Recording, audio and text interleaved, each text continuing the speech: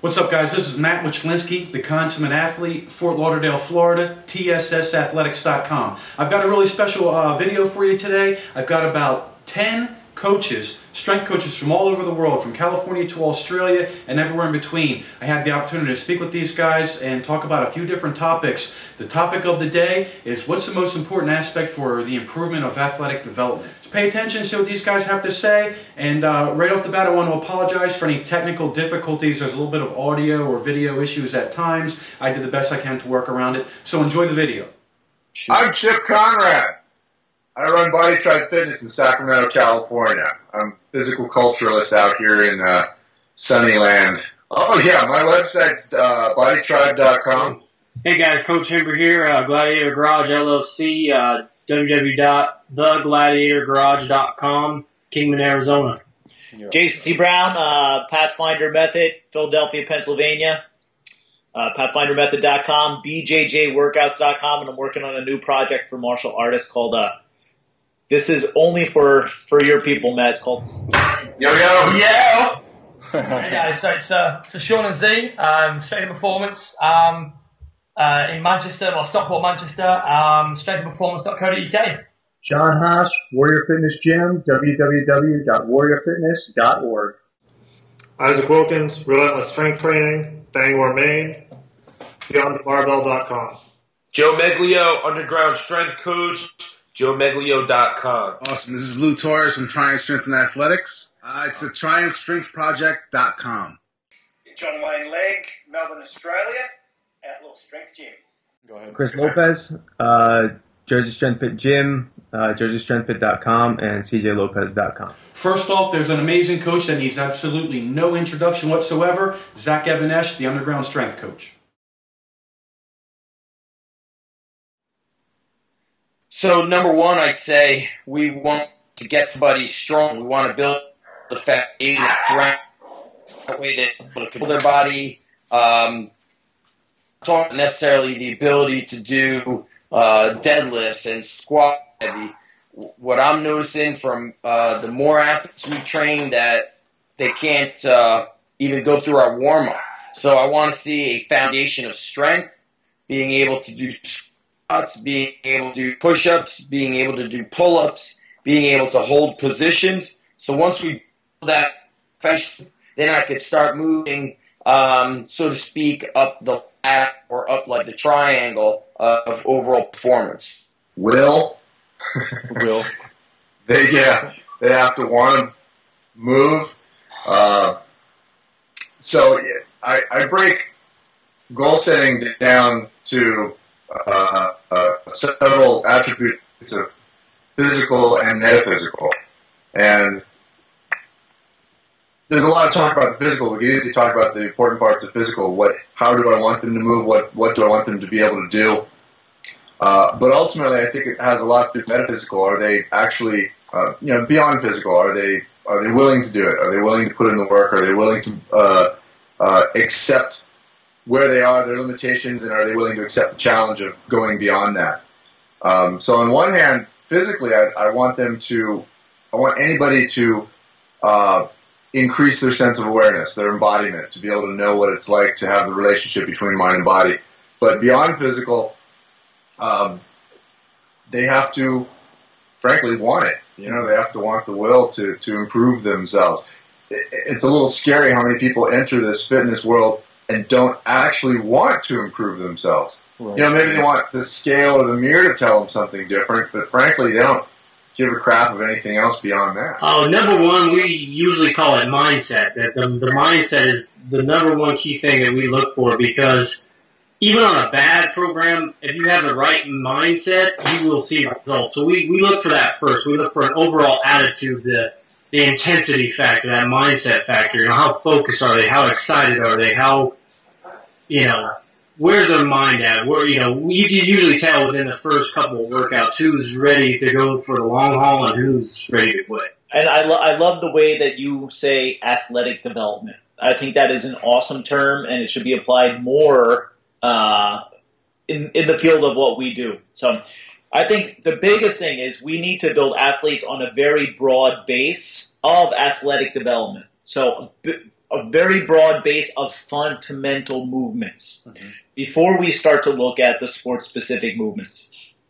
And it's just, people have been harping on this forever, but now that I'm a father and I have two sons that play soccer, the soccer club here in Philadelphia hired professional trainers to come and teach these kids sport-specific techniques. When the kids don't even really run well, when you know half of them couldn't do a very good push-up, probably all are lacking, except my sons, of course, in pull-ups, right? But they want to get them, working on speed and agility around nice little cones and doing all this crazy stuff when they don't even possess or have a firm understanding of the fundamental movement patterns like squat, and you can call them whatever you want, primal movement patterns or whatever, but squat, hinge, push-pull, level changes, all that good stuff. I would say developing a good base. A good base. What does that mean? A base of what? Just everything. Everything from your movement patterns to like your work capacity. Not just, I think what all people go wrong is they try and move people too quick, too soon. So what we found is that just taking things slow and just doing things simple, but doing it a lot and a lot and a lot. All right, so we need basic strength, mobility. People have to move well and have patience. Patience is very important. Patience is key, yeah. Yeah, like a lot of other people are saying the same thing. People try and move things along too quickly. Just basically keeping it simple. I mean, a lot of coaches tend to overcomplicate programming, and especially when you're dealing with high school athletes and even some college athletes who don't have the skill set yet to do advanced things. While it looks really cool, they're not there yet. So you have to kind of start from the beginning and not overcomplicate it. I mean, basically doing GPP, that's pretty much where a lot of athletes are lacking. So they get the specialized stuff from their sport and from their practices, but from a coaching perspective, the GPP isn't really existent. I think it's a classic example of putting the cart before the horse. Really, right. It's, trying to teach advanced movement patterns and all this skill-specific agility drills to kids that just need to go out and play, and they need to learn. They need to learn movement.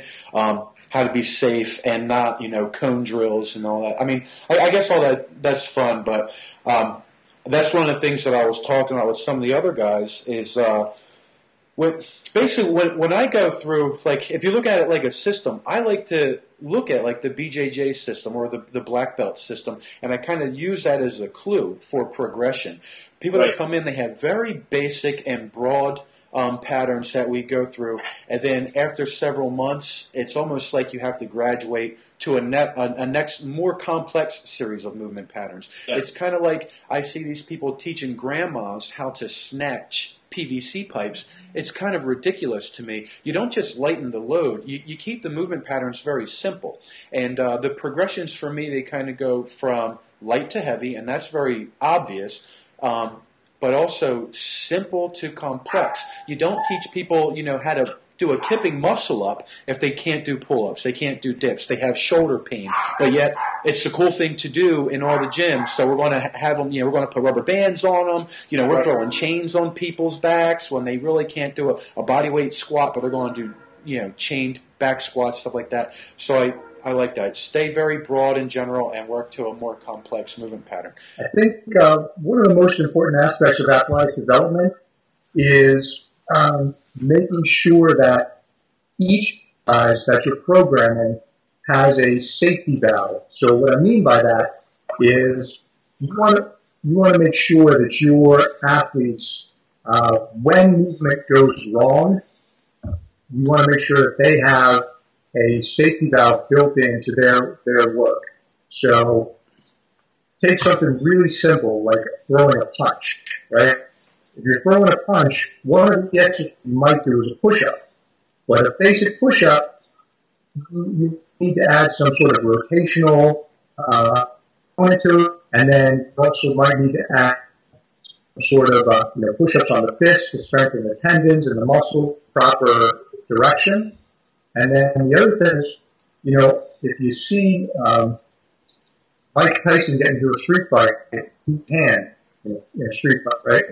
So a lot of people might need to work on strengthening their wrist so So you do wrist push-ups as well. So there's a lot of different components that go into improving the performance of a basic punch. Most important for developing athleticism is, the baseline is absolutely going to be strength. The stronger the athlete or person is, the easier it is for every other attribute to be picked up. And other than that, it's just settling out any issues that are going to get in the way, whether it's an injury or imbalance or mobility issue or just weakness, getting back to the strength thing. Sure, I think, one of the things that we look for all our athletes, especially the younger guys, is a high level of relative body strength. So that's probably number one, just getting young athletes and even high school athletes to master their body weight through climbing rope, bear crawls, push-ups, pull-ups, all that type of stuff. I think really developing that foundation is the most critical aspect for athletes. One of the biggest things that I've seen so far is a lot of kids just come to me just very weak and basic general strength, and building that up until their relative strength is well above what their body weight is, so that way they could produce force and resist against different forces and whatnot. Yeah, look, the most important thing for me is safety. Safety is always number one. So the way I see it, what's the bloody point in getting someone up to lifting 200 kilos on their deadlift, but then they've got a herniated disc 6 months down the track? So, I'm always looking, even if they're young or if they're older, I'm always looking for the longer term. I want to teach them the basics first. I want to teach them right body mechanics, squeeze their glutes, tight abs, get thoracic extension for pressing, that sort of stuff. Build that foundation, that imperative foundation, then go from there. All right, so technique is imperative. You'd rather see someone sacrifice a few pounds to do things right as opposed to, let their back round out when pulling and squatting and all that stuff. Yeah, look, absolutely, dude. Look, I've in my younger years of lifting, I made some stupid mistakes myself, so I'm not just speaking from book knowledge. I've made the errors, and I prefer not to have other people make the same mistakes as I did. Yeah, very true, and just about everyone else had something very similar to say. A lot of times we get too caught up in the numbers, trying to, be elite or whatever it is, and trying to set records all the time. But it's interesting, our sport isn't played in the gym. We use the gym to make ourselves better for our sport, and not have that as the end in itself. It's not all about squatting if we're football players or baseball players. It's important to get stronger, but to do it in the right way that's actually going to benefit you, not just squeeze a rep out any way possible just to say you got an extra rep or an extra pound on the bar. All right, yeah. All right, so sorry, just on that point, I think it's such a hard thing with some people that are so competitive, which is what makes them good at their sport, for them to differentiate between what they're doing in the gym and what they're doing on the court. I would say teaching athletes the proper mechanics on how to land, that's pretty big, because we do a lot of jumps, and I see that if we do a lot of jumps and they're not landing properly, it's just reinforcing a bad motor pattern. So that's probably something that a lot of coaches overlook. They do a good job at implementing jumps and stuff, but if their athletes aren't landing properly, that could be bad on the ankles and the knees and stuff like that. So something real simple, just teaching them how to land properly, it's probably something that's really overlooked. It's one of the things that I say, we make sure that we have strong brakes before we keep on building the motor. It's if you're always jumping, that's your accelerator. It's kind of like a plane. The plane, people get hurt when the plane crashes, not when it takes off. So how do you go about developing that? Is it for me? It's teaching people how to squat properly, and they develop that strength and that foundation, and that helps teach deceleration.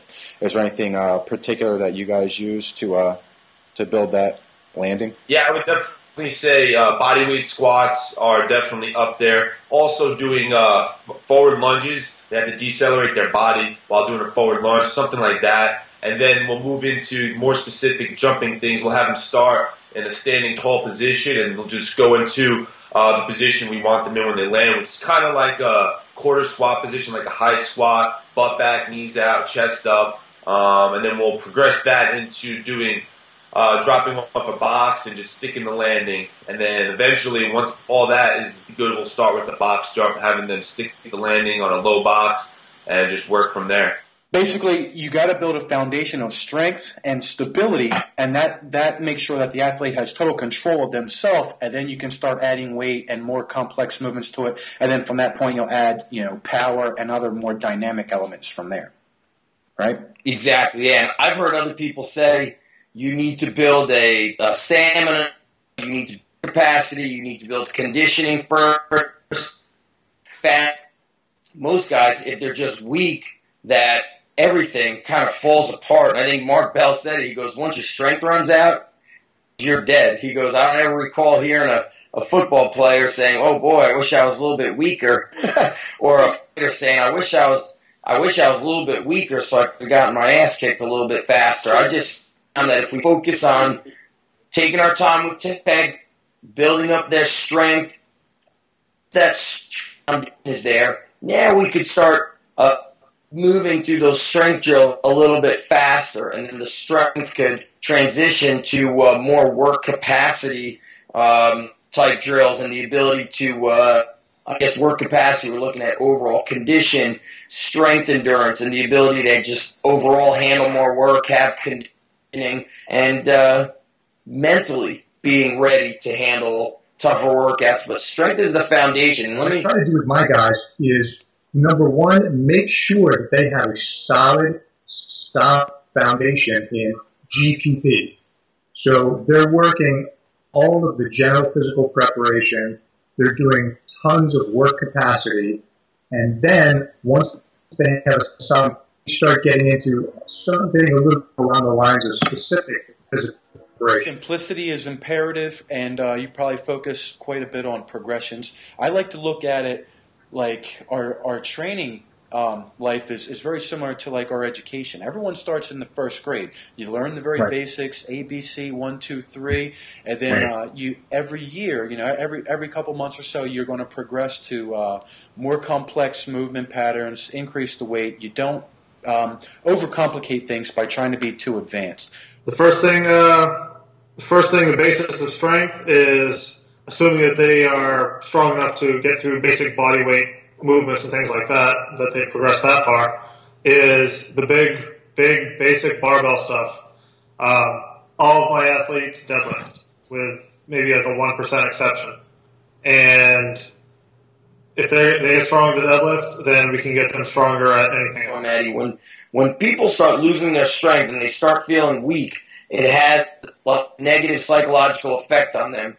It starts kind of playing tricks on their head. They start feeling weaker. It causes them to lose any mental toughness that they may have had. So building that foundation of strength just allows them to handle more work in general. Once we're building a foundation, which truly that foundation never ends, then we can start, focusing on the other traits. Yeah, I think a lot of times it's because maybe they're just trying to fit into like what's socially right or wrong, and they don't have a deep reason why they want to do it themselves. It's just, we're supposed to join the gym at the first of the year.